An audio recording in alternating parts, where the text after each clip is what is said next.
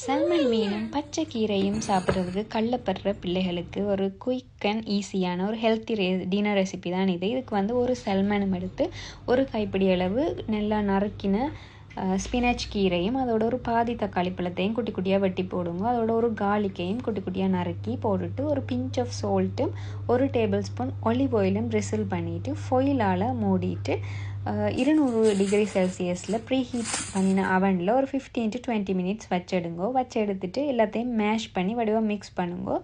Mix பண்ணி போட்டு இதுக்குள்ளே வந்து பாயில் பண்ணின பாஸ்தாவையும் போட்டு அதோட 1 டேபிள் ஸ்பூன் நான் வந்து ஒரிகானோ போட்டேன். நான் இட்டாலியன் சீசனிங்கும் போட்டு அதோட செடர் சீஸ் தான் நான் போட்டேன். ஒரு 2 டேபிள் ஸ்பூன் அப்படி செடர் சீஸும் போட்டுட்டு கொஞ்சம் க்ரீமியாக உங்களுக்கு வேணுமென்னு சொல்லி சொன்னால் 2 டேபிள் ஸ்பூன் பாலும் விட்டு செடர் சீஸையும் போட்டுட்டு இன்னொரு 5 மினிட்ஸ் வந்து அவனில் வச்சுட்டு எடுத்தீங்கன்னு சொல்லி சொன்னால் பாஸ்தா ரெடி.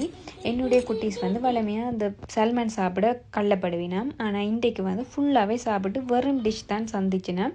இன்னும் வேணுமென்னு சொல்லி கேட்டவே, ஆனால் நான் இல்லைன்னு சொல்லிட்டேன். நான் இவ்வளோ தான் செய்தேன். நான் சாப்பிடுவேணுமோ தெரியாண்ட ஒரு டவுட்டில் தான் செய்தேன் நான். பட் ஃபுல்லாகவே காலி ஆகிட்டுது.